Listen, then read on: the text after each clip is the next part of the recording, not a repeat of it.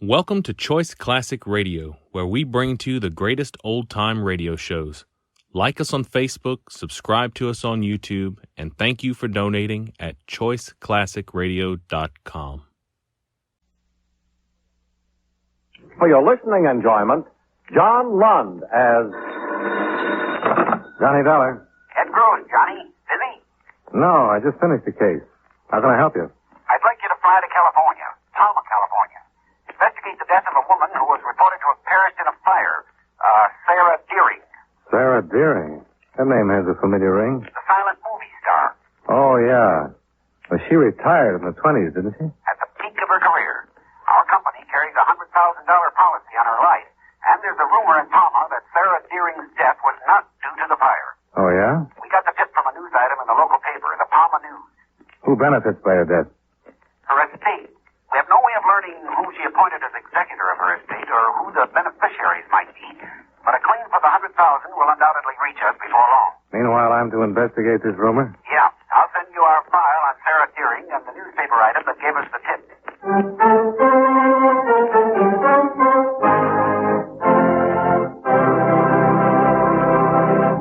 You know, many great men have attained the highest office in our land, the presidency of the United States. Can you guess the name of this man? During his 50 years of public service, he held almost every office the public could give him. He was born in Virginia in 1758. And at the age of 18, when he left college to enter the Army, his cabinet boasted the names of such distinguished Americans as John Quincy Adams and John C. Calhoun. When he was reelected in 1820, he carried every state in the Union and won every electoral vote except one, which was cast for John Quincy Adams. If you don't have his name by now, here are two more clues. During his presidency, the first public high school was started, and the first steamship crossed the Atlantic. Who was he? James Monroe, 5th President of the United States. His life is part of your American heritage.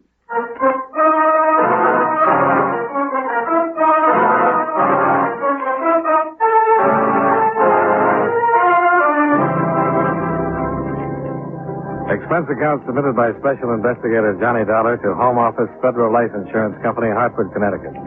The following is an accounting of expenditures during my investigation of the Sarah Deering matter.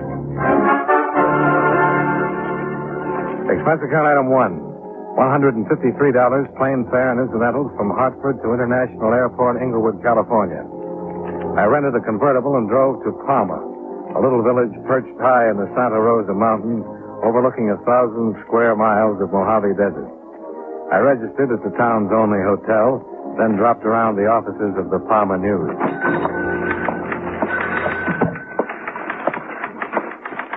Oh, hello. Can I help you? I'm looking for the editor, Lacey. M. Lacey. I'm Lacey, Maggie Lacey. The editor? The editor. You're kidding. I wish you salesmen would think of a new approach. I'm just a little weary excusing the fact that I'm not a grizzled old character who drinks ink in his coffee. Miss Lacey. And I've got all the printing supplies I need. I'm sorry. Perhaps next time you pass through. I'm here to talk about a news item, Miss Lacey. Which item? This one. Oh, what about it? Well, it says that there are some rather peculiar circumstances, quote, surrounding the recent death of Palma's most famous citizen, Miss Sarah Deering. These circumstances were discovered by the Palma News and brought to the attention of Dan Cox, County Sheriff. As of this writing, Sheriff Cox has chosen to ignore the evidence submitted by the news. Why? Unquote. You write that? Yes. And you submitted the evidence to Sheriff Cox? Yes, I did. What sort of evidence, Miss Lacey? Now, I'm not sure that's any of your business, Mr. Dollar. Johnny Dollar. My credentials. Oh, an insurance investigator. For Federal Life. They insured Sarah Deering? For $100,000. Who's the beneficiary, Mr. Dollar? Her estate. The executor hasn't contacted my company as yet. In fact, we don't know who he is or where to reach him. 100,000, you said. Just waiting to be claimed. Well, that would explain why she was killed. What did you say? Sarah Deering was murdered, Mr. Dollar. I'm almost positive of it. You better explain, Miss Lacey. Well, as you know, Sarah Deering was burned to death in her bed. At least that's what the county coroner certified.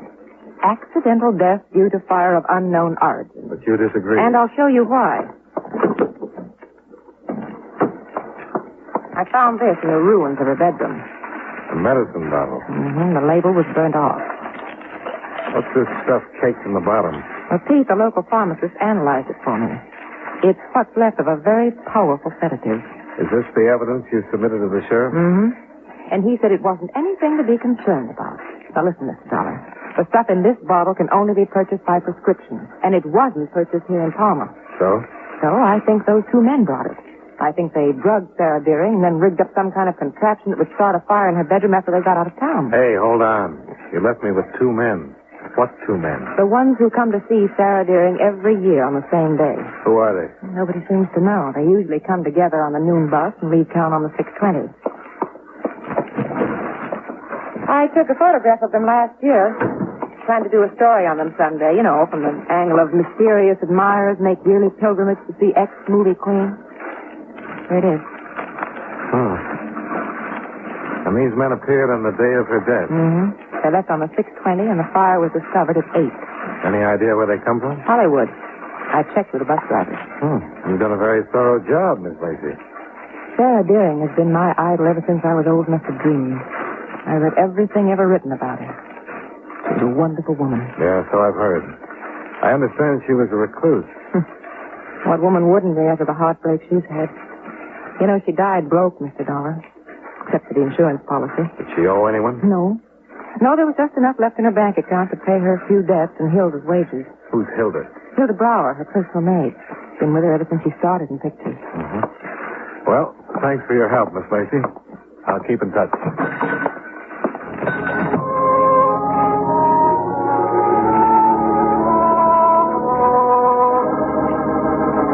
I found County Sheriff Dan Cox seated behind a well-ordered desk in his well-ordered office. He listened carefully while I explained the purpose of my call, and when I finished, he wagged his massive shock of silver-white hair. Oh, Mr. Dollar, I'm afraid your company has been misled by an overzealous newspaper woman. Sarah Deering's death was accidental. What about the sedatives found in her room, Sheriff? Maggie Lacey claims they were prescription drugs not purchased here in Palma. Then Miss Deering must have purchased them elsewhere. A recluse who hadn't been off her estate for 20 years? Hilda Brower, her maid, went lots of places for Miss Deering. Mm-hmm. How about the two men who called on her the day of her death? Old friends, Mr. Dollar, came to see Miss Deering every year on her birthday. You know them, Sheriff? Yes.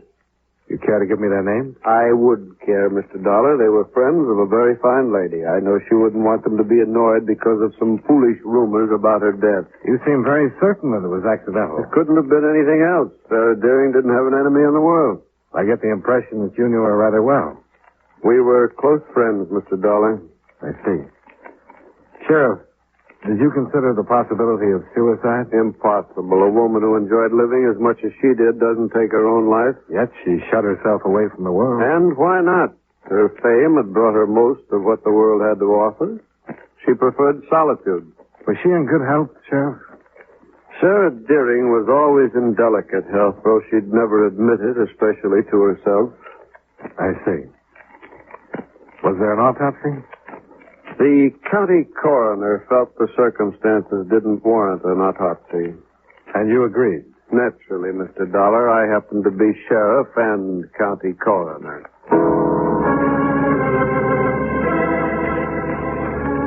I drove to the outskirts of town and located Sarah Deering's rambling Spanish villa, where I found Hilda Brower, an enormous, tearful woman.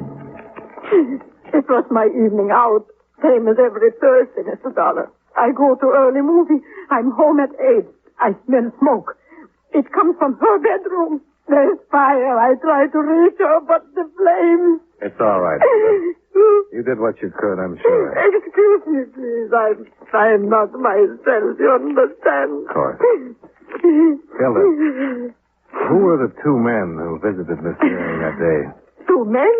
The ones who came every year on her birthday. I do not know any men. Now, Hilda, I know you're upset. I cannot tell you any more. I don't know any more. You know their names, Hilda. What are they? I cannot say any more. Please, go away now. Now, look, Hilda, You best leave, Mr. Dollar. Oh. Wow, Sheriff Cox. Hilda can't tell you any more than I've already told you. case is closed, why persist in stirring up ugly rumors? I've got a job to do, Sheriff. You've done it. Now, why not leave us in peace? I'll be going when I'm satisfied. That's your privilege, sir. Meanwhile, don't trespass on this property again. Just as you say, Sheriff. Goodbye.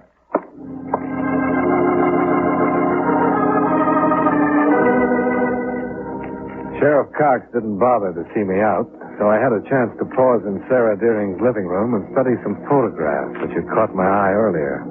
There were 4 of them, all enshrined in gold frames, all of the same handsome young man.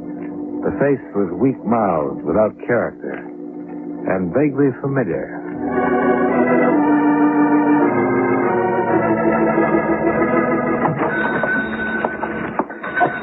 Oh, Mr. Dollar. Back so soon? Any luck? I don't know yet, Miss Macy. May I see the photograph of those mysterious visitors you showed me before? Oh, of course. Here you are. You got a lead, Mr. Dollar. I think so. You see this man? The tall one? Mm-hmm. Well, there are 4 photos of him in Sarah Deering's living room. Were they autographed? No, but they were framed in enough gold to indicate he must have held a very special place in her life. Of course, he's a lot older in this photograph. How about his pudgy little companion here? Well, apparently he didn't rate enshrinement. Only the tall one made the Hall of Fame. I wonder who he is. Miss Lacey, are you absolutely positive these 2 men visited Sarah Deering the day she died? Oh, yes, absolutely. Thanks. I'll borrow this photo if you don't mind. Be back tomorrow. Mr. Dollar, Johnny, wait. Yeah? Where are you going in such a ladder? To the Hollywood Public Library to find a name for this face.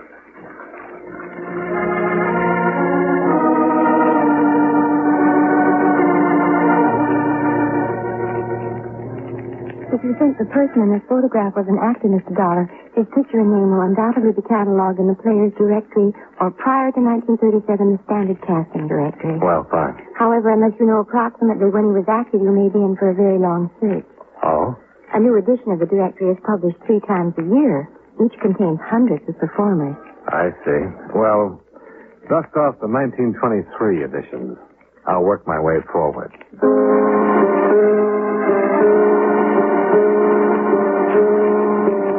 4 hours and what seemed to be 400,000 faces later, I found my man in a 1928 edition of the Standard Casting Directory.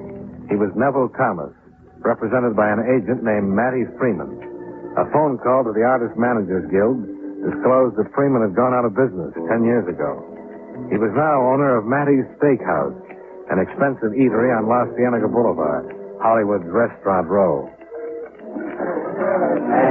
At the bar, I was about to relieve my parched throat when who should approach but the pudgy little man in the photo Maggie Lacey had loaned me. Oh, I'm Matty Freeman. Headwater said you want to see me. Yeah, that's right. I didn't catch your name, Mr. Dollar. Johnny Dollar. Insurance investigator. What can I do for you? Well, I was looking for an actor you used to represent, Neville Thomas. But you'll do fine. For now. I don't understand. This photo give you a hint? Never on me. Taken in Palma last year. What'd you get this? That's not what I'm here to talk about, Mr. Freeman. Okay, so you've got a photograph. And a witness who saw you and Neville Thomas in Palma a few hours before Sarah Deering died. I don't know what you're talking about, Mr. Dolan. If you'll excuse... Just a minute. What is it? You mean to say that you've never heard of Sarah Deering? It was my privilege to be in the business when Sarah Deering was making motion picture history. Well, feeling the way you do, it seems to me you'd be willing to cooperate. How? Explain what you were doing in Palma the day Sarah Deering died. Why should I explain anything to you? I just thought maybe you'd like to clear yourself. What? Suspicion of Sarah Deering's murder? We're having a pipe dream, Dollar. Sarah Deering died on a fire. Okay. Then let's move on to Neville Thomas. Where can I find him? I wouldn't know. All right. Have it your way. I'll find Neville Thomas with or without your help. My company can usually get police cooperation.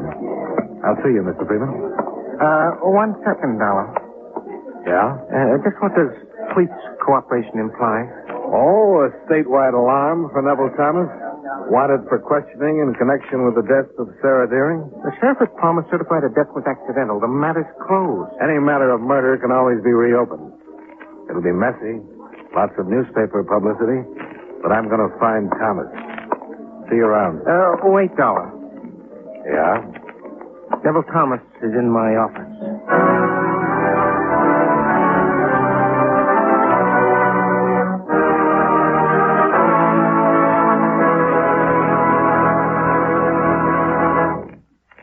Mind if I break in here for a moment to say a few words?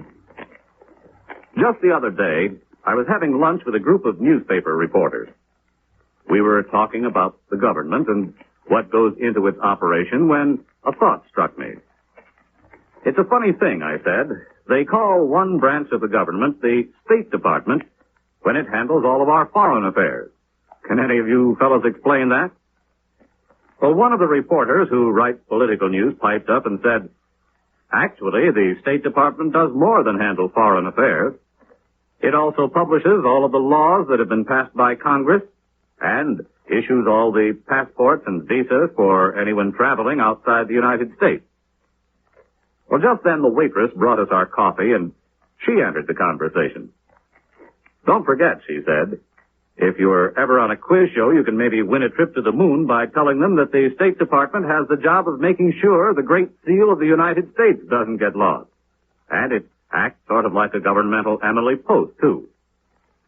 Well, while she was making out our checks, she added this bit of information. Did you ever hear of the Division of Protocol? That's part of the State Department, too.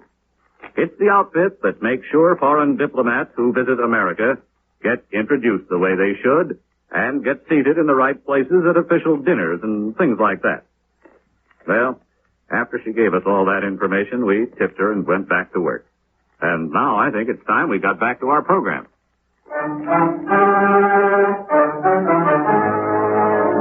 And now with our star, John Lund, we bring you the second act of Yours Truly, Johnny Dollar.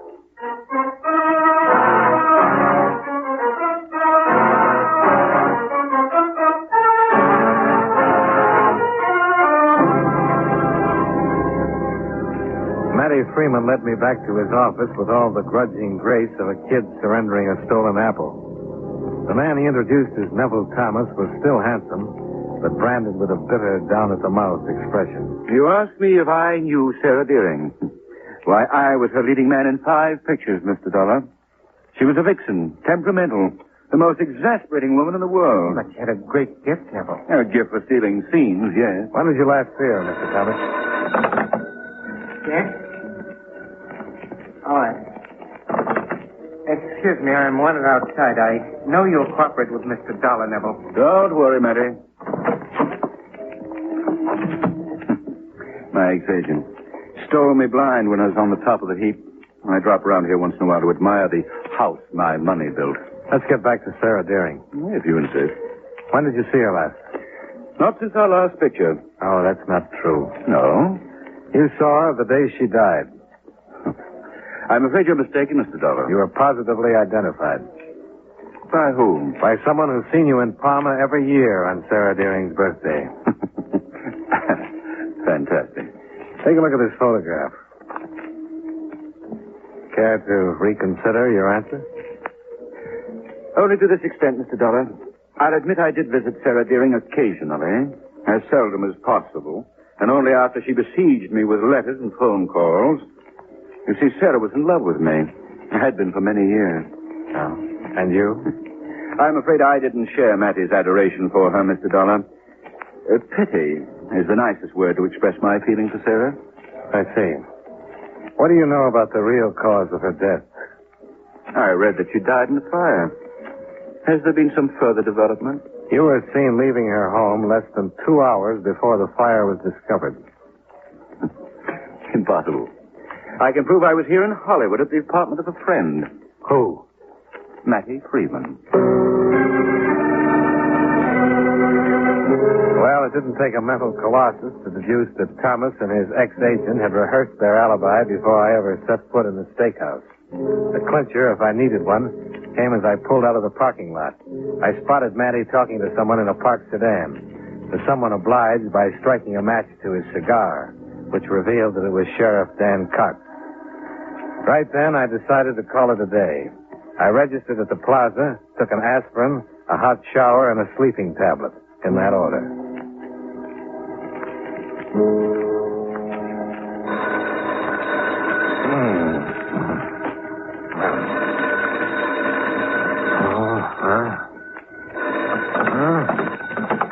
Hello. Johnny, I phoned every hotel in town. Thank heavens I finally located you.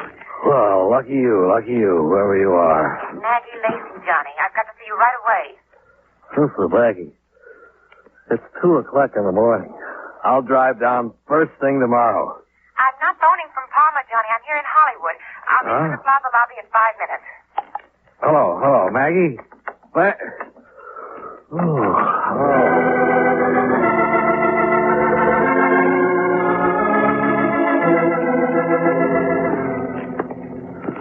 Hey, Maggie.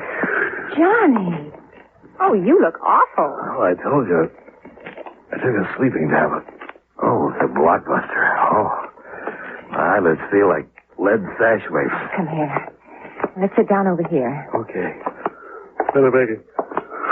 Ooh, thank you, Slappy. Well, when I missed at the library, I decided to do a little research on Sarah Deering. Well, good for you. Well, they have a wonderful Sarah Deering scrapbook with all her news photos and clippings.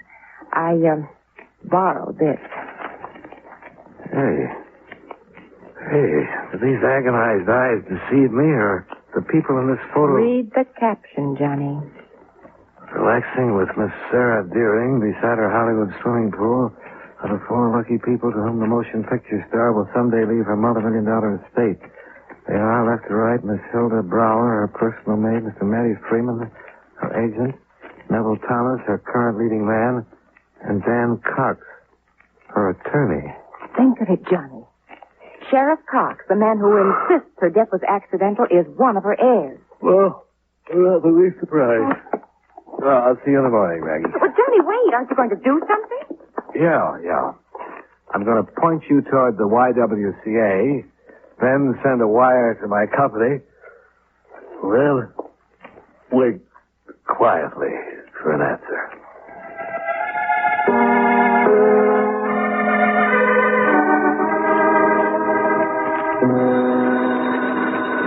Oh, no. Johnny Dollar. Ed Bruce, Johnny. Oh, hello. What time is it? 9 here. 6 where you are. Oh, no. Hey, I got your wire. What are you doing in Hollywood? Tried phoning you on Palma last night. Where have you been? I'll explain later, Mr. Gross. Say, how about Sarah Deering's insurance? Anybody claim the $100,000 yet? Yeah, got a registered letter yesterday. Mailed 2 days ago from the executor of her estate. Yeah? Who is he? A Palma man named Cox. Dan Cox.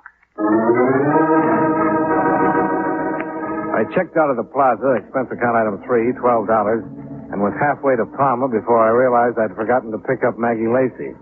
But I quieted my conscience by making a mental promise that she'd get an exclusive story on Hilda Brower's confession.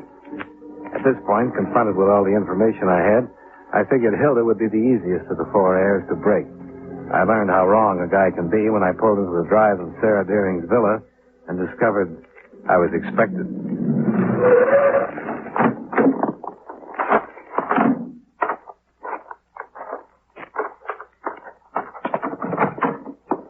Come in, Mr. Dollar. Well, you do get around, Sheriff. Yes, you too, sir.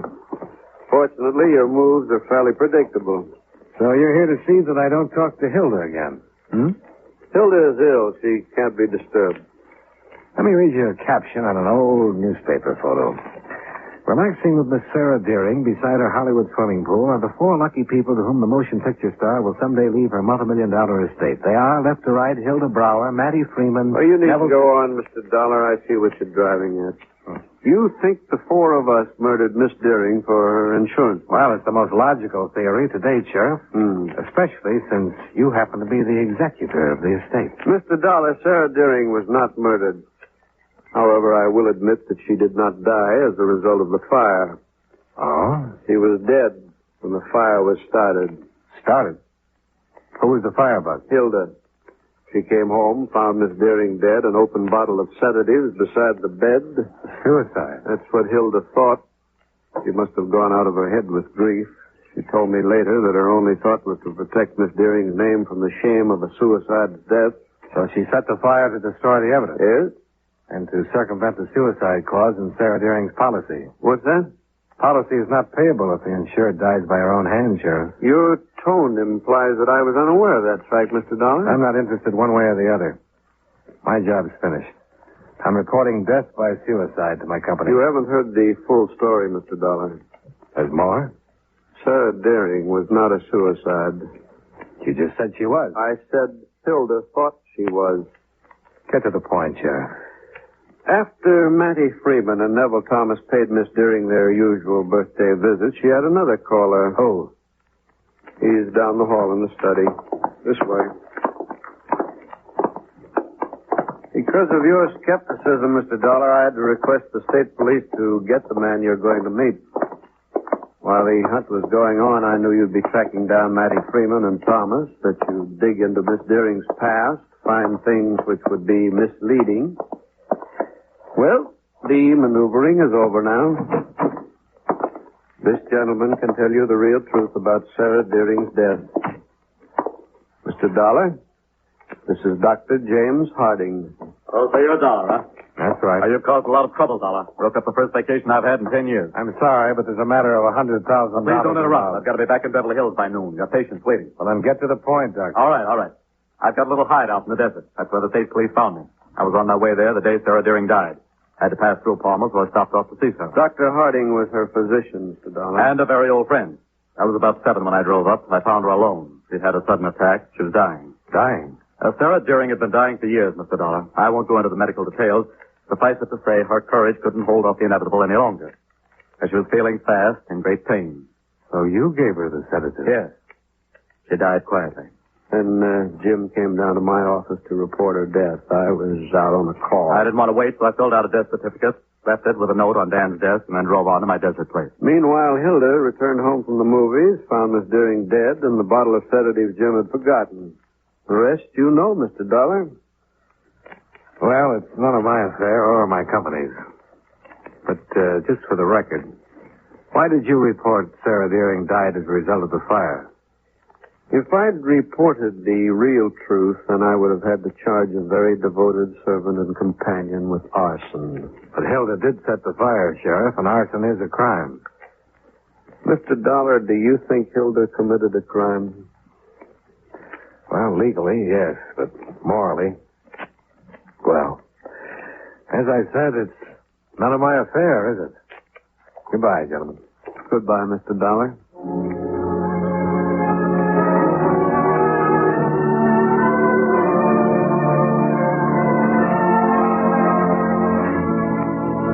Expense account item number 4. $5 to check out of the Palmer hotel room I never had the chance to use. Item 5, $51.75, gas, oil, and rental on the convertible. Item number 6, $150 plane fare and incidentals back to Hartford. Expense account total, $372.25. Yours truly, Johnny Dollar.